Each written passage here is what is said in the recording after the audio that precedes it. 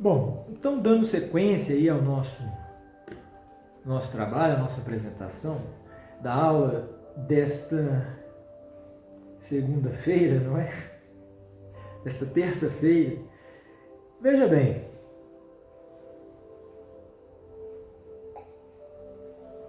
nós vamos fazer a leitura, tá certo? Um segundo.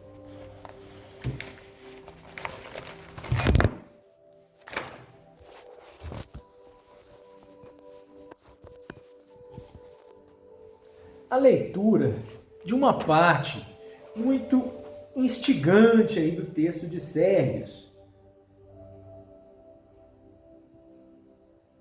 Tá certo?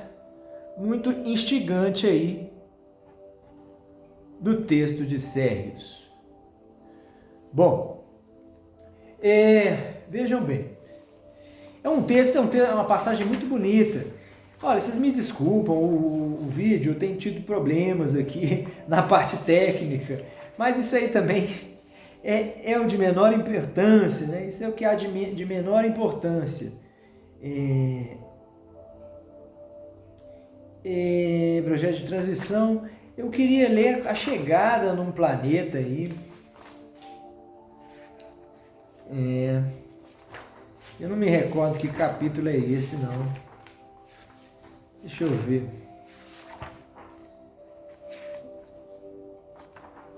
Eu estou estudando o texto agora. O próprio texto que eu escrevi, agora eu estou estudando. Sou o primeiro estudioso dessa obra incrível que é Sérgios.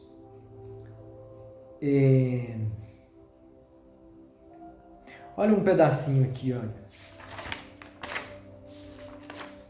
Olha um pedacinho aqui, olha. Olha um pedacinho desse texto aqui, olha.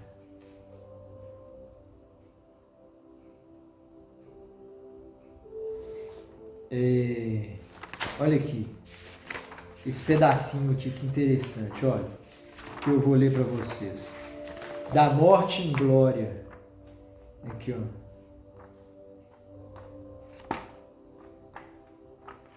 Vou ler um pedaço aqui.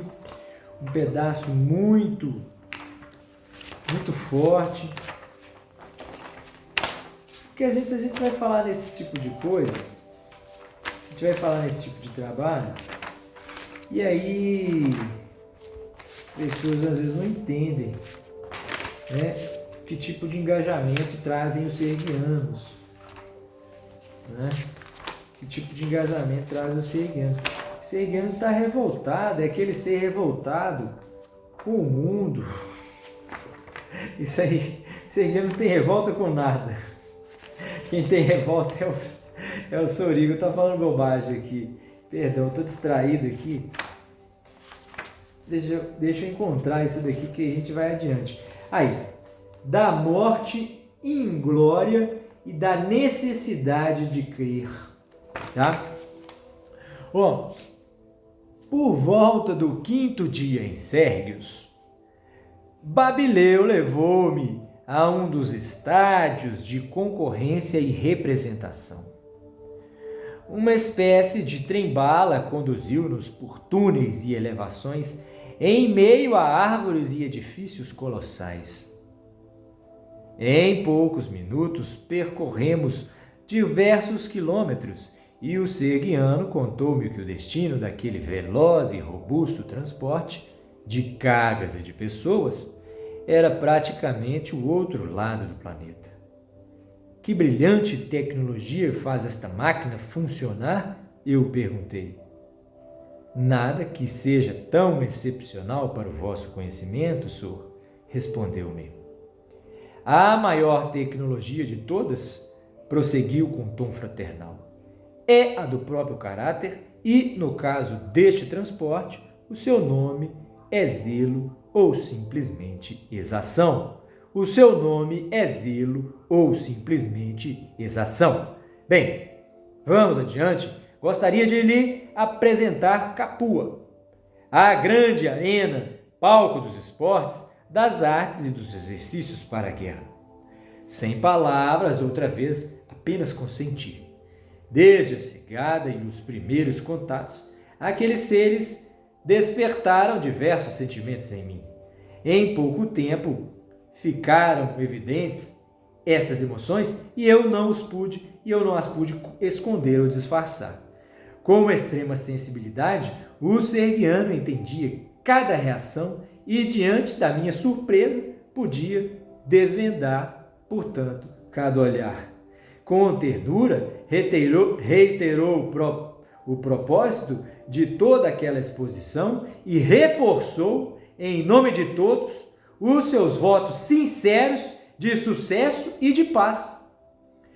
Não declarei nada, portanto, que ele já não soubesse, mas realmente não foi fácil admitir sentimentos em mim tão aparentemente reprováveis para o seu povo. Ele ficou envergonhado, né? É um momento que o Sorígo fica envergonhado lá em Sérgios, né?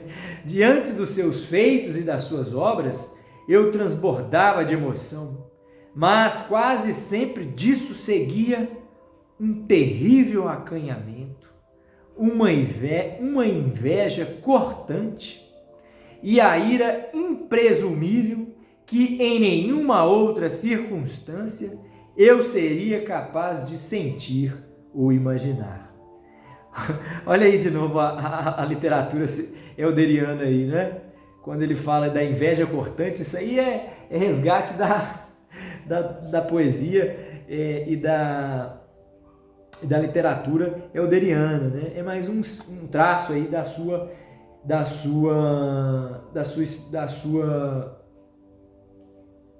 fonte, né? Bom, vamos, senhor, pense no que há de bom e no que poderá fazer ainda melhor, exortou-me o serguiano. Devemos rechaçar a autopiedade, agradecer o presente e engrandecer a motivação. Claro, você tem razão, Boabdil. Obrigado novamente por tudo. Vamos adiante. Vamos adiante.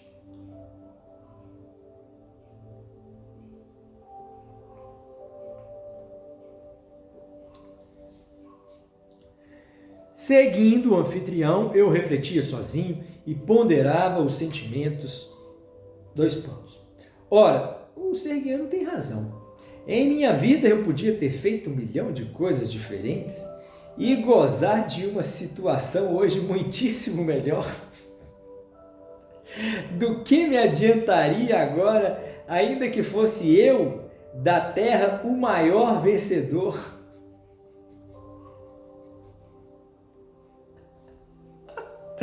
Você aqui eles são demais.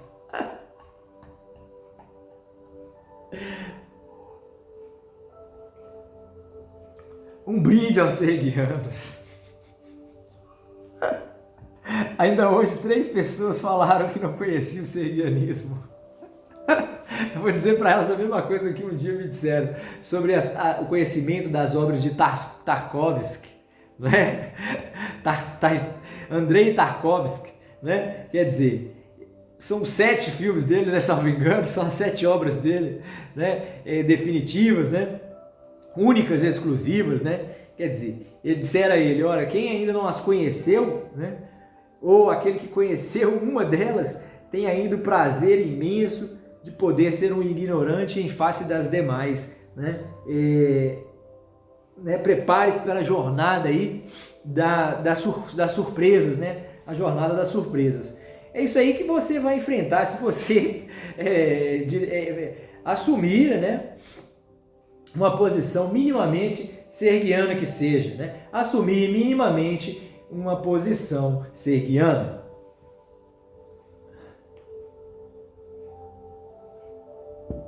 Bom,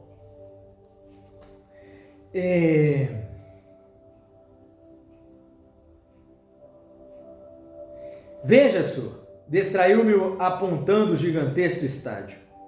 Aqui são travados os maiores combates desportivos e encenadas as mais belas peças teatrais. Embasbacado outra vez, eu só conseguia admirar. O serguiano curvou-se em direção ao centro e, em sinal de reverência, proferiu algumas palavras que eu não conseguia escutar. Contou-me que entre eles o lugar é de extremo respeito e veneração. Contou-me que entre eles o lugar é de extremo respeito e veneração. Que ao início das atividades agradeciam com preces e cânticos de louvor. Cada combatente era abençoado e enaltecido pelos bramidos serguianos de competição. Mas que jogos são estes, afinal? Eu perguntei. Desde os mais singelos e comuns entre vós, até os mais vorazes e perigosos que puder imaginar. Respondeu-me. Não há morte mais gloriosa para o serguiano do que aquela entregue para a sua espécie, seja na batalha, da guerra ou do desporto. É incomum, mas igualmente honrado, o falecimento decorrente de uma competição. Nossos ancestrais cunharam o conceito de morte e vida inglórios há vários anos atrás. A cidade e o modo de vida foram projetados para que não experimentássemos repetidamente o mesmo desprazer, para que não experimentássemos repetida e infinitamente o mesmo prazer. Quer dizer, morte e vida inglórios? Ora, não são todas as vidas, por excelência, gloriosas e todas as mortes, obviamente, deploráveis? Não propriamente entre nós. Respondeu-me, a vida despropositada e vivida exclusivamente para o indivíduo, aqui é destituída de honra e indigna de celebração. E, portanto, indigna de celebração. Assim são as mortes banais, desatinadas para os mal-aventurados, injustas e vergonhosas para os demais. Assim são as mortes banais, desatinadas para os mal-aventurados, injustas e vergonhosas para os demais. Olha que coisa espetacular, não é? Como é que a gente faz e como é que isso aqui não significa uma espécie de metaverso? Isso está inserido dentro de um metaverso, né? Vai ser criada uma sala onde podem haver essas reuniões aí serguianas. Vai ser preciso pagar um certo valor, né? E assinar certos contratos para você fazer parte aí desse universo, né? Que já está definido em termos digitais. Portanto, é impossível agora de qualquer corrupção, é impassível agora ou impossível de sofrer qualquer corrupção. Bom, compreendo, mas quais são afinal as mortes banais? Indaguei. São as mortes e os acidentes banais, presumivelmente evitáveis, que todos os anos ceifavam vidas, destruíam famílias, mutilavam e tornavam deficientes milhões de cidadãos. Mortes e sequelas físicas ou mentais decorrentes da ineficiência do trânsito, das construções, das extrações e da incapacidade de contenção ou controle dos fenômenos naturais, da incapacidade de contenção ou controle dos fenômenos naturais. Todas elas, portanto, ingloriosas e vergonhosas para nós. Todas elas, portanto, ingloriosas e vergonhosas, portanto, para todos nós. Isso para a turma do Babileno lá, que é a turma de Serg, né? Para os serguianos, né? Aí ele fala, certo, Babileu, mas e quanto aos vícios e maus hábitos em geral? Aí ele disse, olha, são formas evidentes, porém pouco recorrentes, de suicídio para nós. São formas evidentes, né?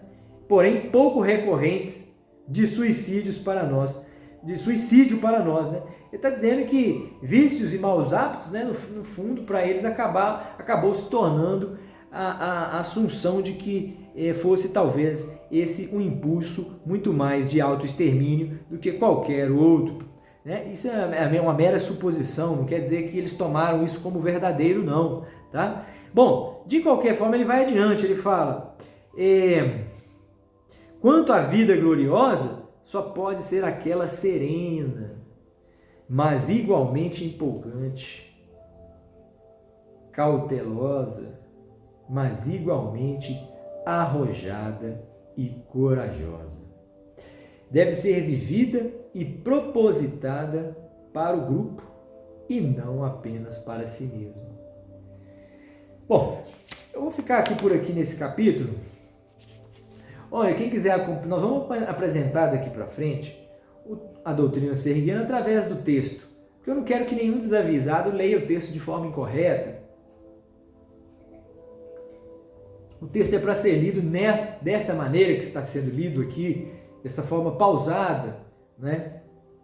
Ele deve ser um texto pausado, é um texto que deve ser lido um pedaço e refletido. Cada parágrafo é uma história, cada parágrafo é um conhecimento político que está relacionado. Veja bem que quando a gente inicia o capítulo 8, quando a gente fala sobre a punição e o aprendizado, vejam bem vocês, prestem bem atenção.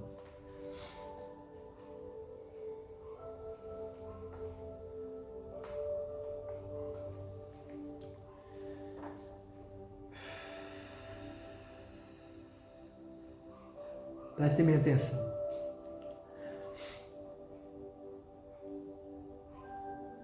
A noite de verão estava muito agradável e o nosso céu, por alguns instantes, lembrou-me de Sérgios. Lá o clima quente e úmido suportava-se muito facilmente com incontáveis fontes e banhos públicos espalhados por toda a cidade. Os serguianos tinham uma relação muito íntima com a água, quase à la del Toro, e advertiram-nos do cuidado e da necessidade de preservá-la, tanto quanto compreendera melhor. Repousado, eu fitava o firmamento na direção do planeta serguiano. Refletia cada vez mais extasiado o quanto eram espetaculares. Só após vários dias do seminário eu pude compreender melhor a extensão da sua nobreza. A comparação era inevitável, mas naquele instante em que olhava para o céu, tomado por um sentimento enorme de paz, sabia que em algum lugar, naquele distante planeta, certamente haveria alguém igual a mim, contemplando o mesmo cenário celestial. Foi então que, em meio a tantas diferenças, encontrei uma comunidade que nos tornava, de algum modo, semelhantes ou iguais. Polo, amigo recente que fizera, homem de boa vontade e grande determinação, mais que simpático à direita política, conservava sua crença no cristianismo com igual intransigência e obstinação. Aí você está vendo a presença do nosso amigo Marco Polo, aí de quem nós falávamos, né? A personagem foi inspirada no Marco Polo, né? Quem conhece a doutrina sabe dos fundamentos da base Freire, né? Jesus Freire, né? Que é encabeçada aí aqui no Brasil pelo mentor Polo, né? Ele é quem encabeçou aqui no Brasil o movimento em Minas, né? É quem tem feito esse movimento mais forte aí, levantado a bandeira, portanto, do Jesus Freak. Jesus Freak. Bom,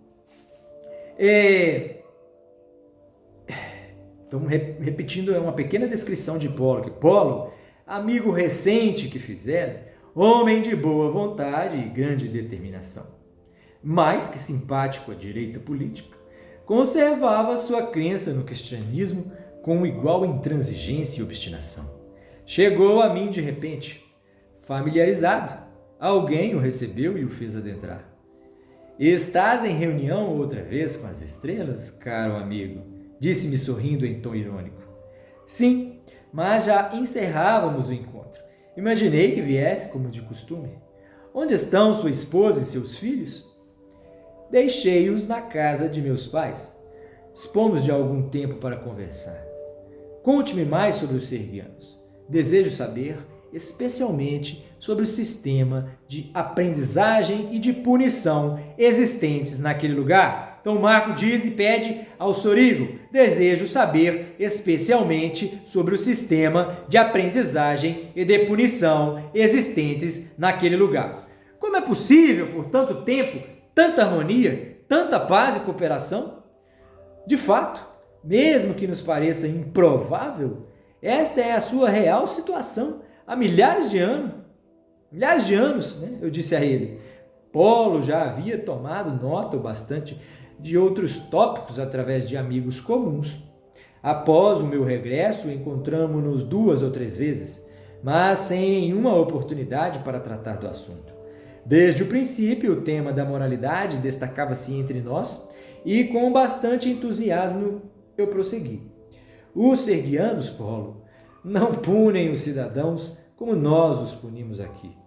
Em primeiro lugar, não o fazem como nós, porque as suas circunstâncias são definitivamente outras. Babileu, o amigo de Sergios, do qual você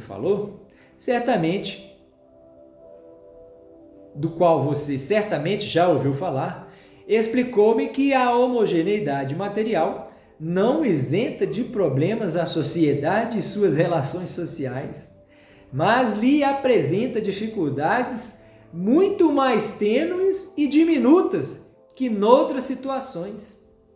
Que problemas são estes, afinal? Redarguiu. Ora, os problemas, como eu disse, são semelhantes ou iguais, ou seja, concernentes ao alinhamento e à adaptação. É fácil imaginar que toda comunidade necessite de enquadramento para funcionar. Isto é, para que subsista não apenas a mera coabitação, mas para que os indivíduos convivam bem e harmoniosamente.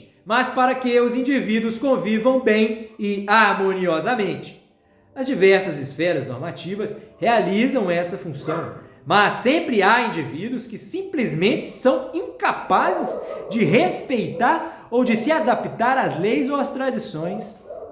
Certo?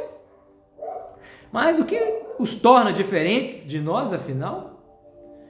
Ora, não apenas a igualdade material, mas também o seu sistema de aprendizagem e de punição, eu respondi.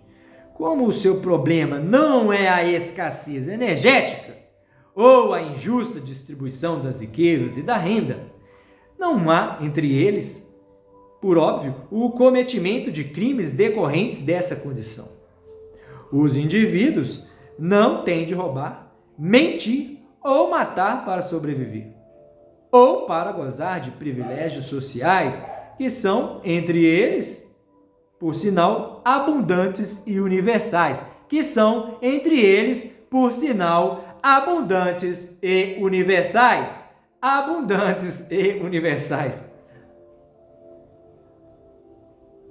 Acompanhe o seu pergaminho aí, serguiano. Já você vai estar com o seu pergaminho para fazer a leitura. Nós vamos fazer a leitura de todo o texto. Acompanhe, adquira já o seu texto. Se você quiser uma versão impressa para acompanhar aí, pode chamar a gente no e-mail, tá certo? Nós vamos enviar para você. Tem custo, evidentemente. Não é barato, mas isso aí já vai com um registro, né? Um código, e já fazendo com que você seja aí um primeiro colaborador aí do serguianismo, né? Um dos primeiros colaboradores aí do serguianismo. Bom, então ele vai adiante, né?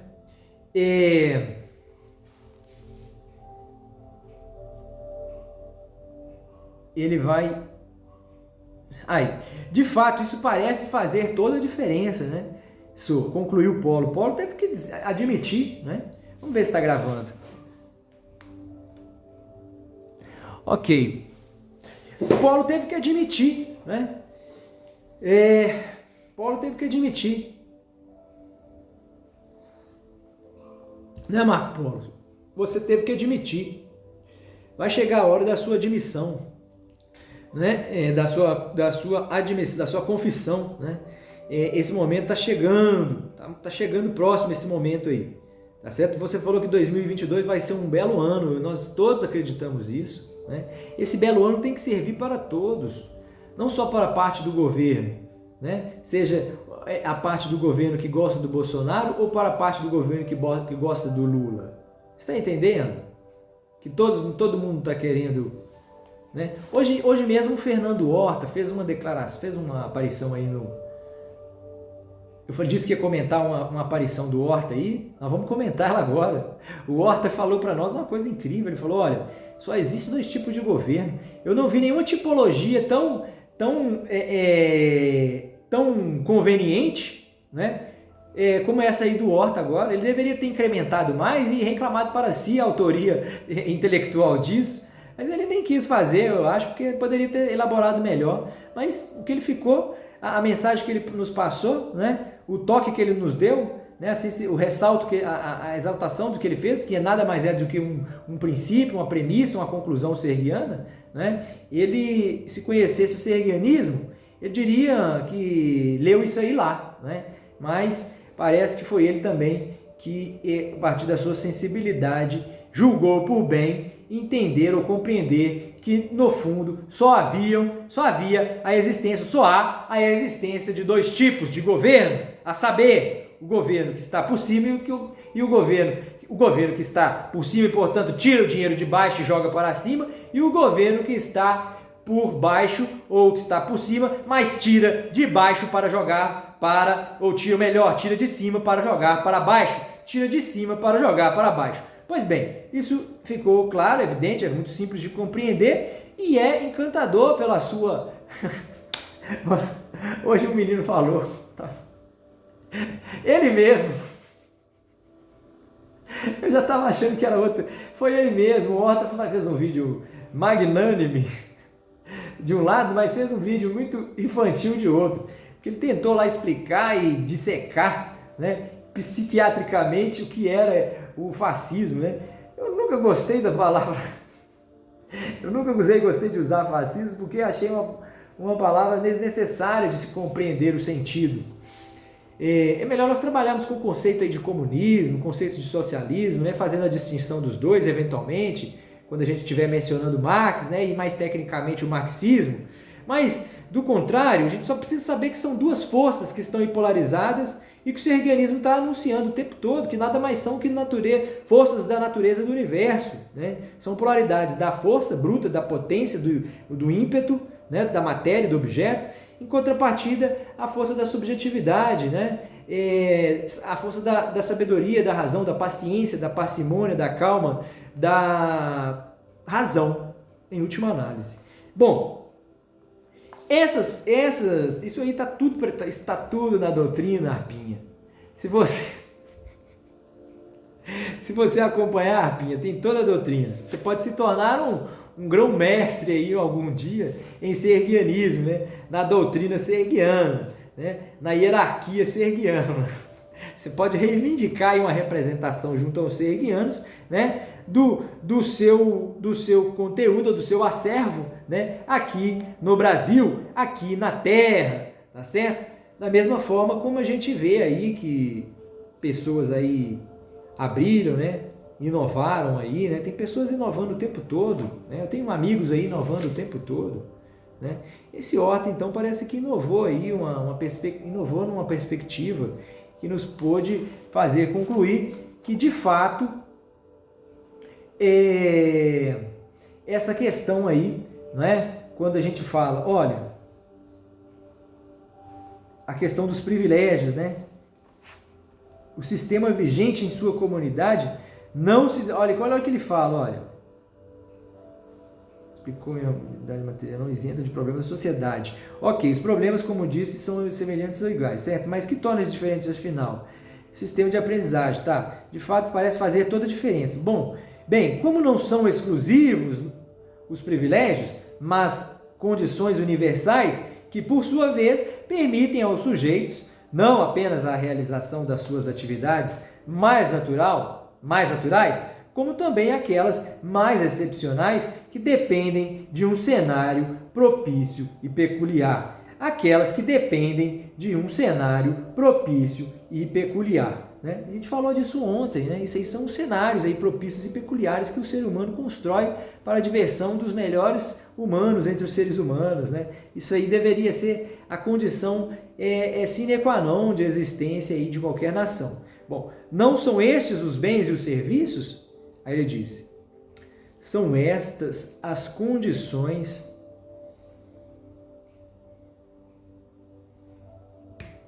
Vamos respirar.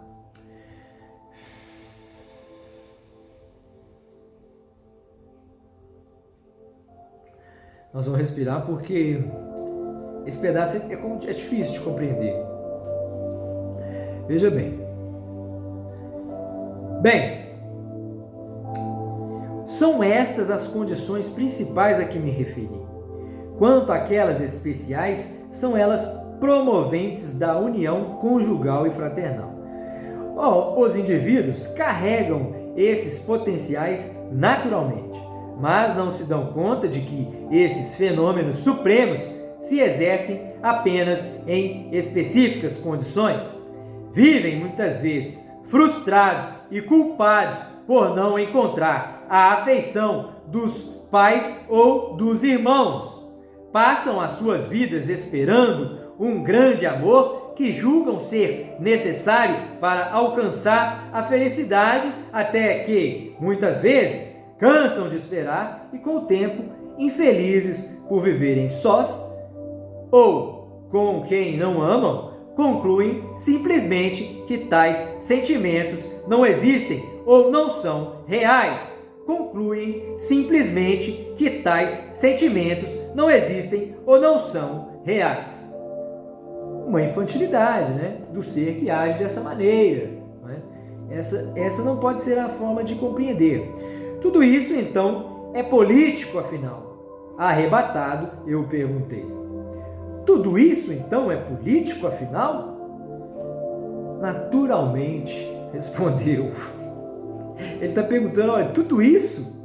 Então, todas essas coisas, todos esses aspectos tão surpreendentes dos quais você fala agora, fazem parte aí dessa intrincada teia de razões? Aí ele fala, tudo isso então é político, afinal? Arrebatado, eu perguntei. E ele diz, naturalmente, o destino ou a liberdade são também as hipóteses de todos os seres viventes. O destino ou a liberdade são também as hipóteses de todos os seres viventes. Se as coisas estão determinadas, não o podemos saber no presente. Cabe-nos, entretanto, apenas agir ou simplesmente reagir. Eis o que distingue uma coisa da outra. Concordo plenamente, porém, eu disse, há pessoas que não têm nenhuma opção. Há pessoas, entretanto, que não têm nenhuma opção. Sim, é evidente, mas isso só aumenta, portanto, a responsabilidade daqueles que a possuem. Isso só aumenta, portanto, a responsabilidade daqueles que a supostamente possuem. Não lhe parece isso verdadeiro? Insidiosamente ele o perguntou. Sim, me parece presumível que falou. Mas vamos, diga-me, quais são os seus crimes e como eles os punem ou evitam, afinal? Os crimes que entre nós se definem como hediondos são, como disse, raríssimos em sérios. Mas a pena máxima é exarada com muito critério após o cometimento do mesmo crime grave pela segunda vez. A todos, portanto, assiste indistintamente uma segunda chance sem rancores ou qualquer retaliação.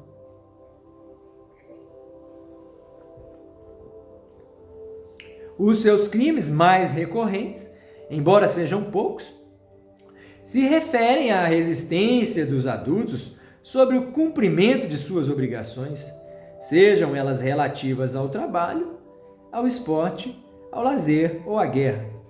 Babileu contou-me que entre os jovens não há incidência deste problema e que todos realizam com entusiasmo as suas obrigações, desempenhando, portanto, com extrema felicidade e satisfação seu papel. Não obstante, disse ele, a garantia da manutenção e acesso quase irrestrito aos bens e serviços torna desidiosos alguns serguianos, que por isso devem suportar do oficialato a intervenção. Devem suportar do oficialato a intervenção. Do Estado? Sim, do Estado. E como o Estado intervém? Diante dessa preguiça, seu pecado capital, o oficialato notifica o suposto infrator e o entrevista. Busca de todas as maneiras o estimular, mas apenas sobre os ociosos contumazes recaem medidas severas de internação ou de medicação. São os homens sábios que se ocupam do seu recobramento, mas são os curandeiros quem tratam da reincidência e da permanente indisposição. São os curandeiros quem tratam da reincidência e da permanente indisposição. Compreendo. Mas ele questiona, e como são esses curandeiros? Aí ele fala depois, né? Isso tem um capítulo específico, não está aqui. Mas é importante a gente ressaltar,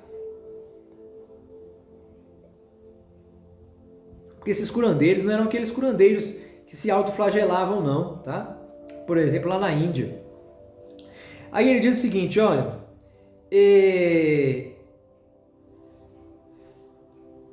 compreendo, mas quanto aos jovens, como se educam neste lugar? Aí ele disse, olha, do mesmo modo, eu respondi, os aprendizes são acompanhados de perto pelo maior número de educadores possíveis, e os que têm mais dificuldade recebem também a maior dedicação. A escola é para todos indistintamente e a transferência do conhecimento acontece do modo mais dinâmico, variado, amoroso e natural. Né? Muito curioso, exclamou Polo. Sem recompensas ou castigos excepcionais, os serguianos mantêm o seu temperamento e dominam o seu ímpeto sem se entregarem à desídia ou à corrupção. Né? Isso aí tem um capítulo também que às vezes a pessoa pensa, né, o que é esse amoroso aqui? É um grande ponto da doutrina, né? Mas quem acompanha a doutrina aí sabe interpretar muito facilmente essa passagem, né? Esse amor aí não é aquele amor semelhante ao dos gregos lá, praticados ali aquela prática lá, que o serguiano não julga, né? Nem fez sequer um comentário sobre ela, ainda mais formal, mais direto. Porém, os serguianos já insinuaram, né?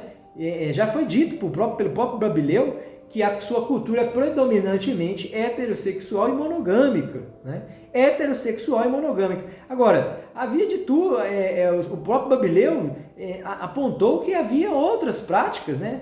A vivência de outros códigos, de outros contratos, né? Que vigiam sobre bases e fundamentos completamente distintos, nesses aspectos dos quais entre nós é muito polêmico. Porém, o que ele percebeu é que entre eles sempre havia a comunhão de certas premissas, né? A comunhão de certas premissas, as premissas políticas. Ora, esse assunto é de segunda ou de terceira importância, né? Essa prática moral, né? Tanto medo que tem aí homens da direita. Tem um amigo ainda hoje, né? Falou pra gente aí que fez uma crítica, e outro dia o nosso próprio tio, né? Um tio também do lado do planeta de Sérgios, falou que há a intenção aí da esquerda de corromper o mundo moralmente. Olha, meu Deus, é claro que a direita também se beneficia aí dessa corrupção moral. Foi assim que ela criou os seus mercados. Pelo amor de Deus, não se confundam aí, tá? Isso é um elemento básico aí de doutrina serguiana. Agora, isso daí não é a verdade, não. não é absoluta, a gente não tem certeza sobre isso não, mas nos parece o pressuposto mais confiável, né? Ou que nos faz ser mais cautelar, né? Ele que nos provoca em nós a maior cautelaridade possível, a maior cautela possível, né? E que cautela é essa? Olha, essa cautela é a cautela do diálogo, né? Você tem então que dialogar francamente com os serguianos. Bom, aí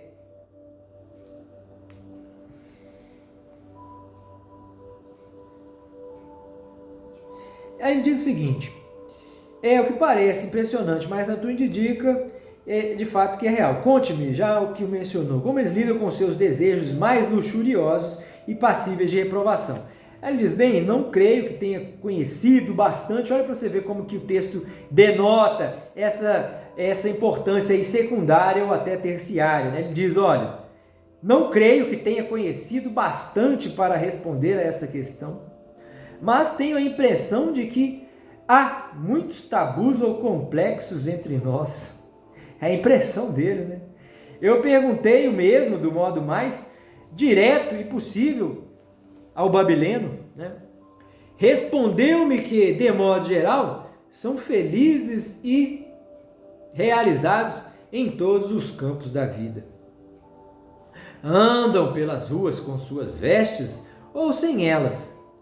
Relacionam-se intimamente, com frequência, e não necessitam embriagar. Não guardam ressentimentos e se alimentam comedidamente. Não guardam ressentimentos e se alimentam comedidamente. Não vivem com grande pretensão ou vaidade, e mesmo diante dos maiores atletas, os menores, que todos os dias põem seus corpos em atividade, não alimentam a inveja ou o despeito, mas se estimulam a fim de evoluir e superar. Mas se estimulam a fim de evoluir e superar. Impressionante, mas como é, afinal, a sua vida sexual? Eles se casam? Como é a sua unidade familiar? E quanto aos seus filhos? Como é a sua criação? Ora, bem, depois do jantar eu o responderei, certo? Sentamos à mesa e, enquanto eu mastigava, descansava um pouco, mas a mente permanecia distante em Sérgios, na forma como aquelas pessoas viviam, como elas são, tão inteiras, tão aconchegantes e que nos enche tanto de esperança, que te faz sentir-se especial e entrega de bandeja o sentido que você precisa para ser feliz. Que isso foi viagem do Sorigo agora, hein? Meu Deus do céu. Sim, o que mais eu posso dizer? Só posso ouvir e me calar. Eu quero mais. Porém, tenho medo.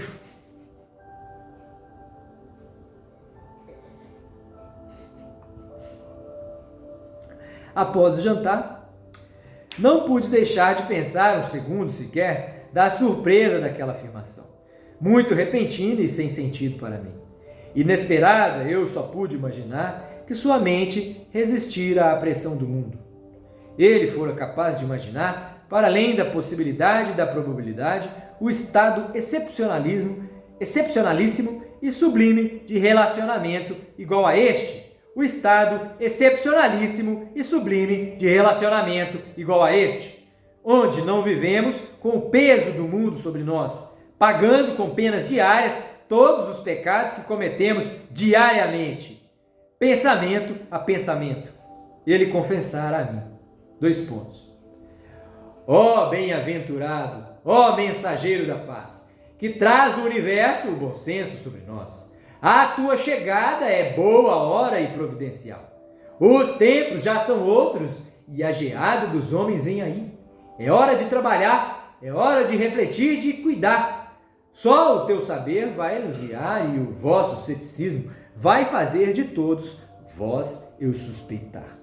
Porém, quanto mais Quanto mais eu duvidar de vós, e ainda assim quanto mais eu duvidar de vós, mais duvidareis de mim, pois a nossa raça está em meu ser e nós estamos em você. Pois a nossa raça está em meu ser e nós estamos em você.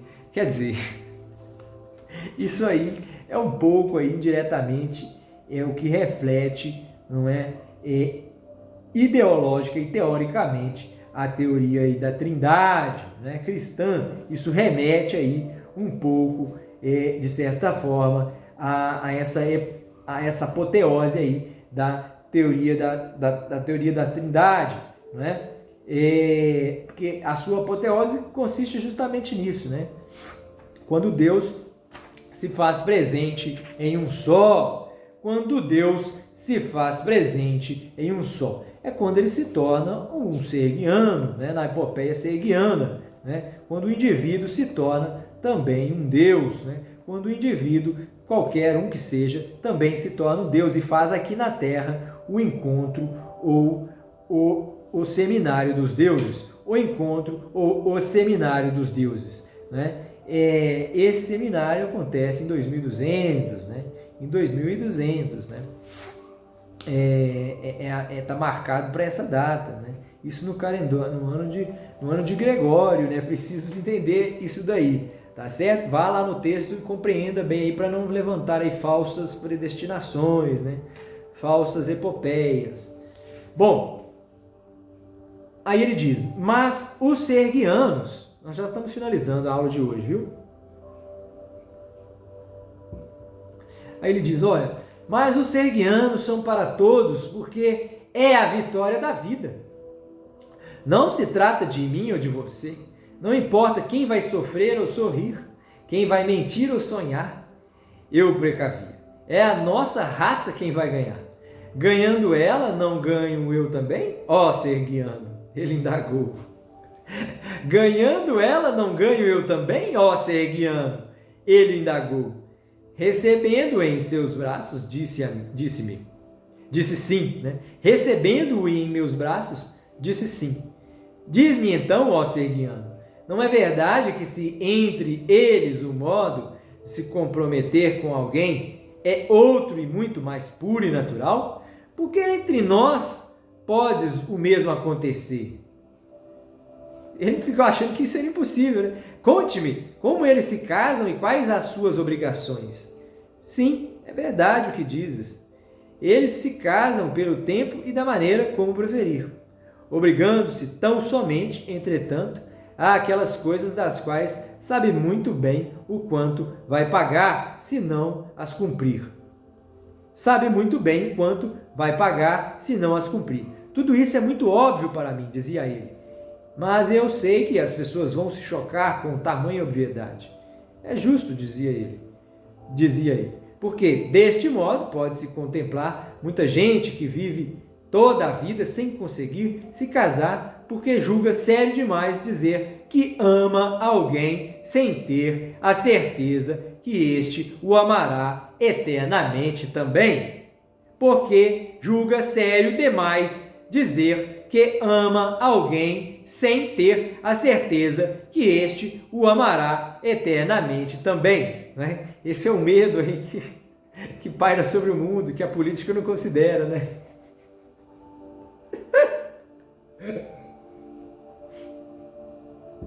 É por isso que o universo do sergiano está todo aqui. As pessoas acham que o sergiano é só política. Não, ela é antropologia, ela é sociologia, ela é do cotidiano, ela é sociologia das domésticas, ela é sociologia recreativa, de um clube, ela é de uma organização de um estado, ela é de uma organização de uma nação, ela é de uma federação, ela é de uma...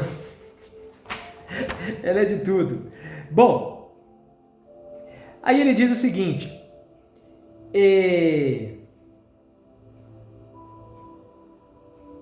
Ele diz, porque deste modo pode-se contemplar muita gente que vive toda a vida sem conseguir se casar, né? Porque julga sério demais, né? Aí ele falou, ele sorri, aí eu não pude segurar o riso, que no final ficava mais engraçado do que antes.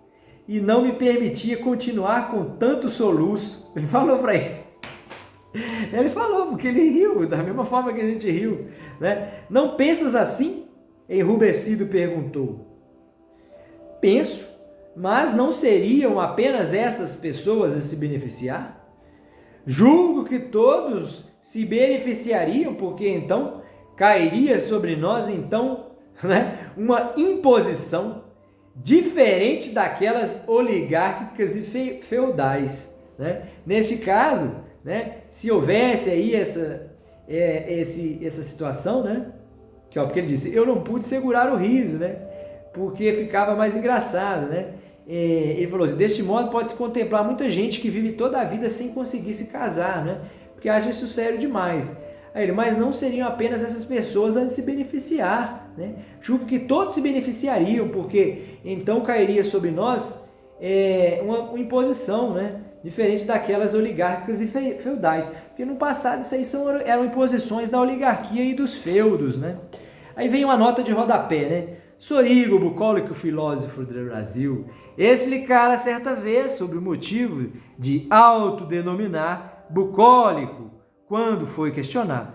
E quanto aos encontros deste filósofo com as sergianas, simplesmente quando ele propôs-se a falar, o sergiano adiantou que o seu povo também era amoroso e afetuoso como nós, e que, principalmente por diversas vezes, a tecnologia descontrolada devastou raças e nações. Mas, de todas as suas bombas, aquela sempre que o extinguiu foi a vaidade, não a sexual, mas aquela nossa de todo dia.